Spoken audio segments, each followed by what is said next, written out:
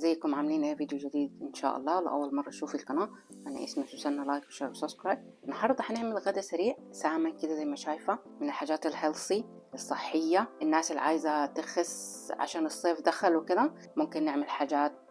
ممكن نعمل خضار سوتيه، نعمل خضار مسلوق، رز كده بحتة حاجة بسيطة من الزيت، فهتاكلي احلى اكل هيلثي وممكن تعمليه على طول. ما خدش معانا وقت، فيلا ندخل ونشوف الحاجات الحلوة دي اتعملت ازاي. طريقة سهلة وحلوة، يلا بينا.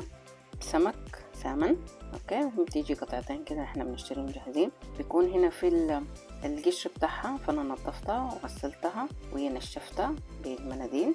دي عصير ليمونة، لو كبيرة يعني انا استعملتها ليمونة ونص، مش كل العصير. وانا استعملت الملعقة دي كويس، ملعقة ونص من الملعقة دي بودرة توم، ودي نص ملعقة مليانة من كزبرة، ودي نص ملعقة مش مليانة كمون، وملح على حسب ما انتوا تحبوا، وربع ملعقة من الفلفل الأسود. لو تحب تزودي أي بهارات ممكن تزودي، بس يعني كفاية نحن عايزين نستمتع بإيه بالسمن معانا. طعمه بيكون حلو ووصفة سريعة ما هتاخدش معانا أي وقت.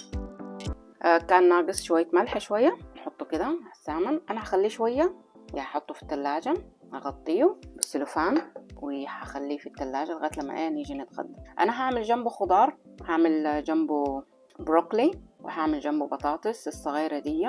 ممكن تعملي جنبه أي حاجة تاني، جنبه شوية مكرونة كده أو رز اللي تحبيه. أنا هشوف هعمل ايه. دي هخليها كده، هحطها في التلاجة وأشوفكم بعدين. يا سبتي الكل، بعد ما حطينا السلمون بتاعنا في التلاجة، حطيته ساعتين كده واخد من التتبيلة. هجيب الاير فراير، ممكن بالطوة تعمليه عادي، يعني تحطي شوية زيت حاجة بسيطة وتحمري.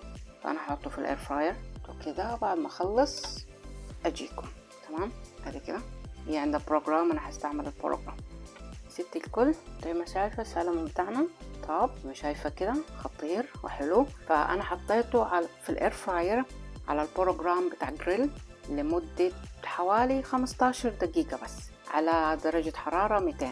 بعد كده عملت رز ابيض وبطاطس سلقتها عادي، رشت شوية فلفل كده.